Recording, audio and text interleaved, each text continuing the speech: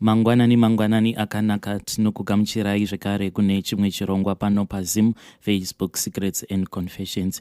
Tine rimwe drama rataka-uploada nezuro if you were wondering. Chakaitika ndechekuti maactors iwawo vakauya kwandiri vachiti mukomanashi tiri kutsvakawo platform yekuti tinge tichisimudzirawo mazita edu nekuti tava nemakore tichingozama asi zvichiramba. Ndikati it is okay, uyai zvenyu nemaworks enyu tiite tichima-uploada, so please let us try to support them vakwanise kunge vachisimukirawo. Regai tibva tapinda mumamessages edu emuzuva ranhasi. Hanzi, hello mukomanashi, please post for me as hidden identity. Mukoma, ndinoda kureurura kuti ndiri kudanana naboss vangu. I know kuti kune vamwe vachandituka mucomment section, asi mukoma nevedare. Izvi zvakatoitika ndakatongovarayirwa. At that time kumba nemurume wangu we were having some issues. Issues acho ainge achi-involva amai vemurume wangu, in which murume wangu aibva atotora side raamai vake pose patainge tichinetsana. Amai vaiti kana vakauya kutown kwacho kwatinogara, sometimes vaibva vatotanga kuzvibikira, kana kuti if I come back from work say around 3 p.m. ndidzo nguva dzangu dzekuchaisa. Saka around 4 p.m. we start kutotanga kugadzira zvinhu zvekuti tizodya manheru. When preparing, vamwene vaibva vati kwandiri ndibikire kasadza ndidye, then kana vadya vobva vati don't count me pamain meal. Asi kana mava kuzodya usiku voita sekunge vanenge vanyimwa chikafu. Ukuwo habhi kuti azobvunza kuti ko zvafamba sei kuti amai vasazopiwa chikafu, iye aizongoramwa chikafu obva ati ndingadya chikafu chanyimwa amai vangu here. Apa vamwene vangu vane system yekuti vanoshanya kana zve 2 months or more. Saka just imagine the stress. Kubasawo inini na boss tainge tava kushare my office because of some renovations. Saka with all the stresses dzainge dziri kumba and everything that was happening at work, ndakazongoona ndatogara pamakumbo aboss vangu tikabva tatotanga kutoita bonde. Takaramba tongoita bonde ende kwandiri zvainge zvava kutondinakidza. Handina kana kumbofunga kuti kunoshandiswa macondoms. Saka muna February ndakabva ndatanga kurwara. Ndainge ndichinzwa kamwe kakupera simba so mumajoints as if I had flu. In secret ndakabva ndaenda kuclinic ndikabva ndabatwa HIV. Ndakabvunzwa kuti ndine partner here or am I married. Ndikabva ndati ndiri single. I am now on treatment.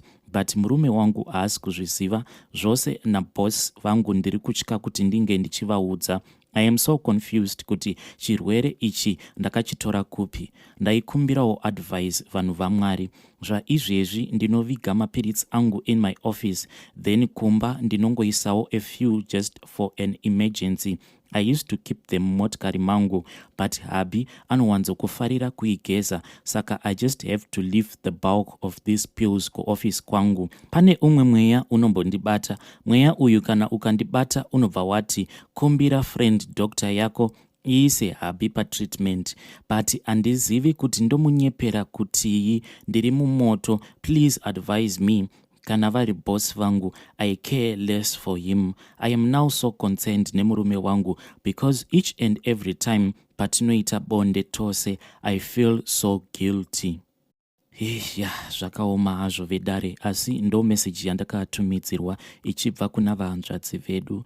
Please let us speak with her mucomment section. Regai tibva taenda panyedu inotevera. Hanzi, mukomanashi muri sei ndivigeiwo. Inini ndakarohorawo last year ende inini nemukadzi wangu tinodanana chaizvo. Handishori, asi mwana hatisati tava naye hedu. Tiri kufamba kwose kwatinofamba zviri kunzi pane zviripo. Nyaya yazoita kuti ndinge ndichiuya pano ndeya amai vemukadzi wangu. Mukoma, amai vemukadzi wangu uyu vanotaura zvakawanda pafoni. Vaifona vachiti chiuyai nemari yekuroora. Handizivi kuti ko ivo vakapedzerwawo kuroorwa here.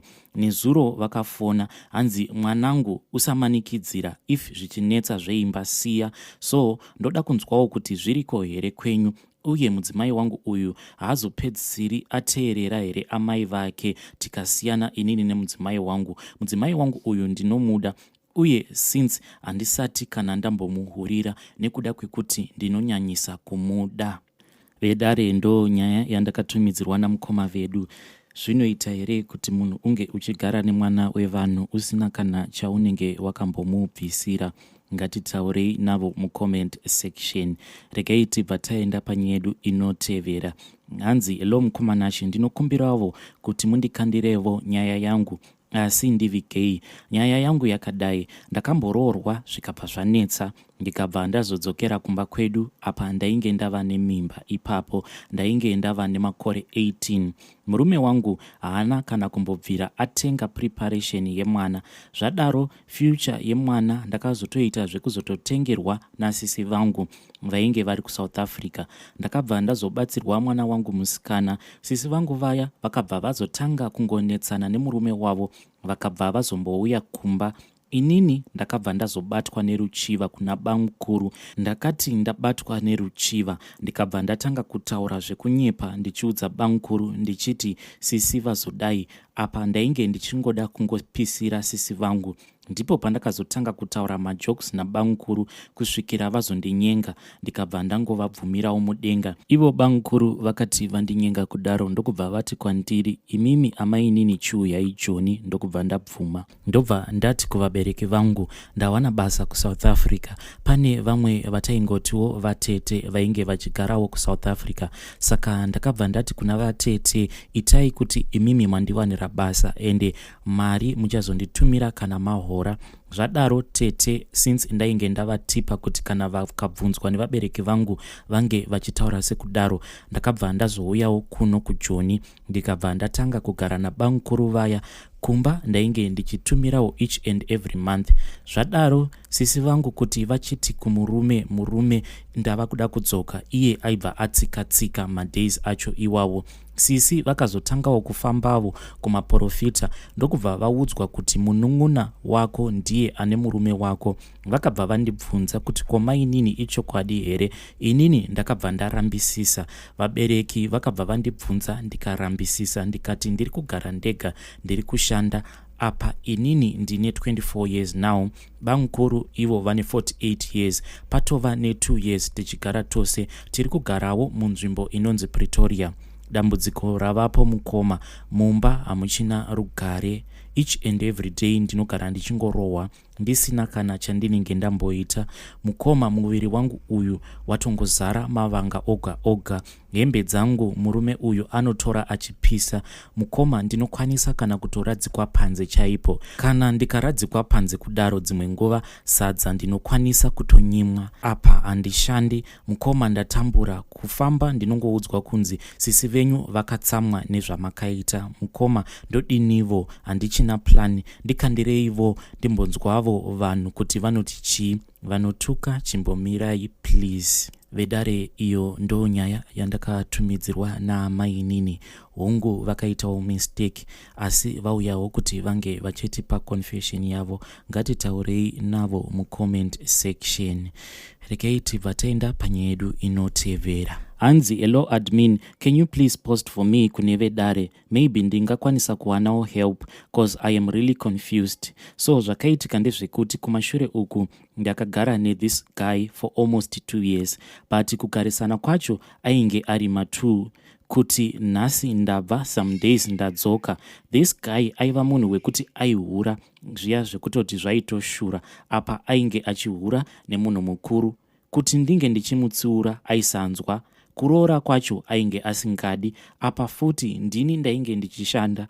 Ndaiti kana ndikashanda zviya mari yangu aibva aitora. Ndairarama upenyu hwekuti ndaisakwanisa kana kutenga switi chairo. So last year ndakazongoboyekana ndokubva ndazongomusiya. Iye akabva atombogara for a long time ari Z. Then now out of nowhere munhu akangodzoka, ende kudzoka kwacho ari kutondinetsa kuti hey, I am so sorry, ndachinja, please dzoka tikwanise kugarisana. So inini ndakabva ndamuti it is fine, kana uchida kuti tinge tichidzokerana please tanga waenda wanondiroora first. but iye anongoti zvinhu izvozvo ndinokwanisa kuzozviita muna December. Inini ndikabva ndati it is okay. So now ane kamwe kakuchengera so kaanondiita, ende kakuchengera kacho ndekaya kekuti zvinotobohwa chaizvo, ende anongouya kumba kwangu. Paanouya kumba kwangu anouya akabata tumagroceries achiti ndakuigira this and that. Inini ndakatombomutsiura, but iye hanzwe. Kana ndikamuudza kana ndikamutsiura pazvose izvi zvaari kuita, anobva atanga kuchema kuti please usadaro, ndipewo a last chance. But problem now, I don't trust him anymore nezvese zvaakaita kumashure uko. Asi nawo ari kurakidza kuti iye atova munhu atova bore kusazoziva if zvisiri zviya zvema2 minutes. Pandiri confused manje ndeapa. Ndine umwe mukomana wangu muSouth African wandainge ndakambodanana naye kumashure uko 2017 to 2019. Ndo pandakazosangana neuyo this other guy, but nemuSouth African wangu uyu tainge tisina zvedu kurambana, but ndainge ndakangochinja number ende ndakabva ndadeleta my Facebook account ndokubva ndatoreka kutaura naye. But iye pose apa mukomana uyu ainge achingonditsvaga kuhama dzangu. So ndakazoti ndasiyana neuyo ndokubva ndazoita logging in back to my Facebook account, ndokubva ndaona kuti ainge akatondisira messages, ndokubva tatotanga kutaura. Since last year August until now tiri kungotaura ende takatodzokerana nemufesi uyu. Munhu ari bore nekuti kana ndikatarisa kumashure kubva ndichitanga kudanana naye muna 2017 haana kana day 1 raakambondituka. He even introduced me kufamily yake, aitoda zvekutondiroora, but ndakazobhaiziswa neuyo wandakazotanga kugara naye until 2020, and I have never told him about this relationship. So issue iripo ndeyekuti uyu muSouth African ari kunetsera kuti ari kuda kundiroora since January kubva zvandamuona, but inini after nezvese zvandakaitwa ndakatoora moyo. Apa January ndainge ndakamuti tinoenda kuZimbabwe muna June, wobva waenda wobva wanondiroora. Zvino manje June wacho asvika ava kundinetsa kuti chiuya tiende, zvose zvatova ready, mapapers emotikari ava ready. Apa inini ndiri kungomuti okay ndichauya, asi kunyange basa racho handisati ndatombosiya. So handizivi kuti ndodii. Ukuwo ex-husband ari kurakidza kuti achinja. Handizivi kuti ndodii neuyu muSouth African boyfriend wangu. Handina kana era naye zvachose, ende munhu atori bore, ane dzimba dzake, ane motikari dzake, atori nelife inotorakidza kuti inotonaka as compared kune uyu muZimbabwean uyu. Saka veduwe ndibatsireiwo, ndodii ndatopererwawo kuti ndotora which side. Vanhu vacho vose vari kundipa pressure isingaiti at the same time. Kusatongobatika uyu anobva atanga kucomplaina, uyuwo achicomplaina. Please help me guys. Hey, pakaipa vedare. Ndo confusion ine mwanasikana uyu. Please ngatimubatsirei mucomment section. Regai tibva taenda panyedu inotevera. Hanzi mukomana makadii zvenyu, chitupa changu rasai. Ndinokumbirawo kubatsirwawo kune vanobatsira zviya zvemudzimu, nekuti ndinorota mumba mandakaberekerwa munenge muine pfuko 3 dzedoro, ende pfuko idzodzo dzinenge dzichivira muchiita sekunge munenge muchiitwa mabiko. Asi inini ndinenge ndichiita sekunge mutambo wacho unenge uchiitirwa inini. Ndinenge ndichiita sekunge ndinenge ndiine simba rinenge rakawandisisa.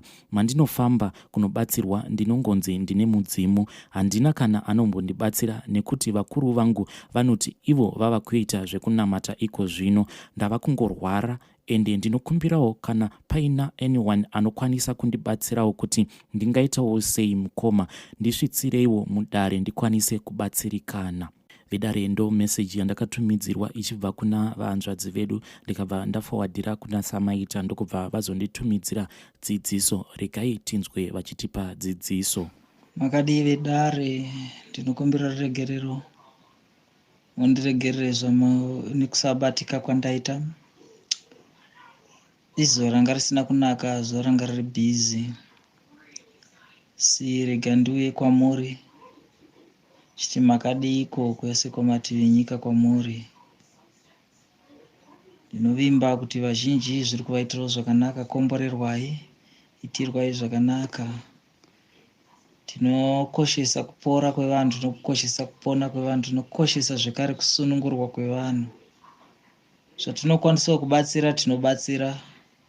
zvatisingakwanisewo tinokuudzai kwekuenda kune vatingavimba navo kuti ava vakapiwa izvozvo kuti zviite, nekuti hakuna chiremba anobata ari matambudziko ese, asi ndima yekwaziva rese tinenge takapiwa. Mumwe akanzi abate makumbo, mumwe akanzi abate musoro, mumwe akanzi abate icho, mumwe akanzi abate zvevadzimu. Ndo kamupirwo katinenge takaita, asi zvisinei dzese ndima tinenge takadzipiwa, asi wozonzi wechisimbirira neuku kuti vanhu vayambukewo nenzira iyoyo. Ndinoda kubata zvikuru kuvazukuru vandaona vatambudzika, vazhinji vacho nekuda kwemidzimu vanenge vachingoudzwa kunzi munawo. Tine maprofita mazhinji anonhonga tsono nemagodobori zvekare anotaura tsananguro dzese. Chonetsa ndechekuti zambuko tinaro here, zambuko tooneka tisina.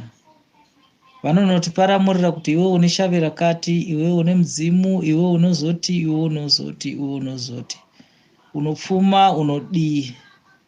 Asi mukubuda kwazvo toona hapana futi chabatika, chabatsirika. Hongu kuona vaona, asi havana kunge vapiwa kana kuti vagadzire hwaro hwokuti munhu aporeswe kati munhu aitirwe sekaonero kavakaita. Kana kuti ari kukuonera wacho ishave neshave zvaonana, zvangotaura kuti aiwa apa pane churu, apa pane munzwa, nekuti ishave neshave zvadii zvazvo zvaonekwa, zvoshaya shumo yazvo. Dzimwe dzingotodenerwa futi zvanga zvakavata kuti ko watiziva ka chibva wazadzisa, apa panenge pasina kuzikanwa kunzi tiri kufamba sei. Saka rega ndikubatsirei ndichiti mukore watiri kurarama ichokwadi kuti mhuri zhinji hadzichabatirana kuita muchivanhu. Vanhu vakuita chivande, mumwe nemumwe wobudikira woenda kunozviitira chivanhu akamira, kuti chibatsirana kuti pane mwana uyu atambudzwa nemudzimu womusha, pane chii zvoramba kubuda. Saka izvozvo ndaiti iwe dzidza musha wako.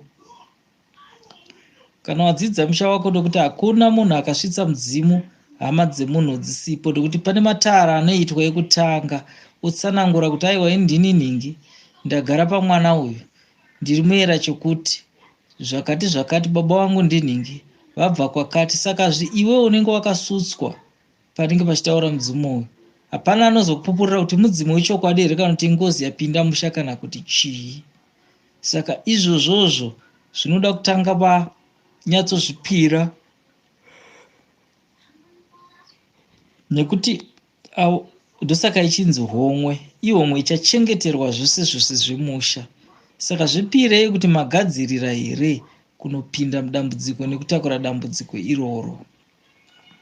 Kana musina kuzvipira, zviri nani munohwanda zvenyu muri kuchechi moitirwa zvamungaita, kana kungopota muchihwandwa muchizorodzwa muchiitiswawo tumatare tudiki, nekuti ibasa rinokunda rekutimba kana uchinzi une vanokuru vanosvika kwauri. Ndosaka muchiona unodzudza, ungadzunga here, ungakwidze, ungatadze kuroorwa, ungadii, nekuti vanenge vachidhimanda zvavo, ione zvako zvaunoda. Saka ndangoti tipajekese ipapo.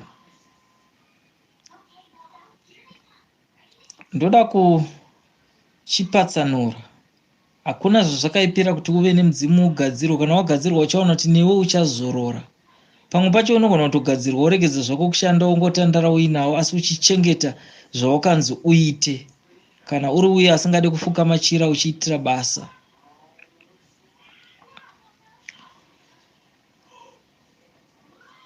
Saka ndatitidzidzise, ndatindibatsire kuti zvine matambudziko azvo. Kana mudzimu wakabatwa wakanosira panzira, uchaona kuti uchakudyira vana, kuti uzvitsvage uzadzise dare rawakatanga.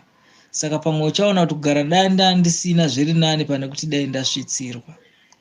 Asi hatina kuti tiregedzai kusvitsirwa. Muhana mako kana wakagachira kuti ndoda kubata basa iri randatumwa nevadzimu vangu, itai. Rega ndichijekesa pamanyaya iyi. Kune mweya yenzvimbo, mweya yenyika, mweya yerudzi. Saka vamwe vakakokerwa mweya yose iyi, vofungira kuti vane mudzimu, vaenda kumaprofita vanzi vari kononzi kuri kudzingwa mweyo nzvimbo, kuri kudzingwa mweyo gomo yausina zera nawo iwewe. Wadzokera wawega kumba, mweya yotanga kukubata yokurwisa nekuti wawega. Inonotokonya vadzimu wako kuti tarisa mwana wako zvaari kuita, ane isi nesu, ari kurwa nesu pamwe unenge uri mweya wogomo. Saka izvozvo ngatizvingwarire kuti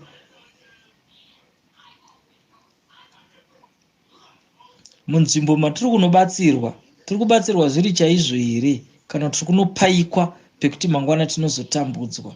Because wanzi tadzinga mweya nzvimbo, tadzinga mweya wogomo, tadzinga zvekuzoti wawega kumba uchaona kuti mweya yako chinokubata chiti right, anga achikuitisa manyimwa asisipo, iko zvinotakurwa newe. Saka ngatingwarirei kwatinonoshandirwa, mazwi ataurwa taabate, nemazwi averengwa tigode kuzoshanda nawo mangwana kana zvakuremerwa. Wamwe munenge usina kutoroyiwa, asi wakanoroyiwa nekwawakashandirwa. Handina kuti musashandirwa, nda kuti musabatsirwa, asi ngaticherechedzei nzvimbo dzose dzatichafamba nhaika. Saka vazhinji vazukuru, ndaida kuti muite madare ringakubatsirei kuti muyambuke. Vai vanoravatwa nevarume kana nevakadzi voitodare reshonga yenyika, vai vakagadzirwa vaitoshavire bute togeza nemvuri yedu, ndo panotangira kuti tatanga kupinda.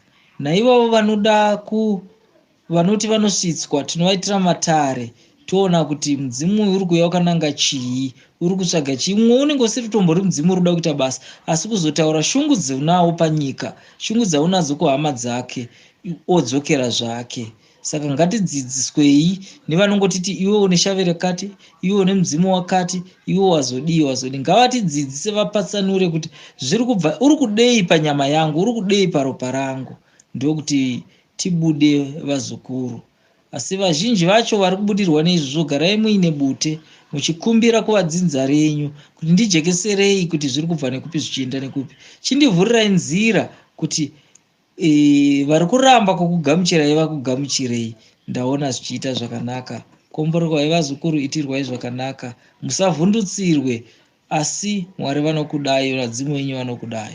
Vedare ndo message yandakatumidzirwa naSamaita, hoping kuti tadzidza. Ngatisanganei zvekare mune zvimwe zvirongwa zvinotevera.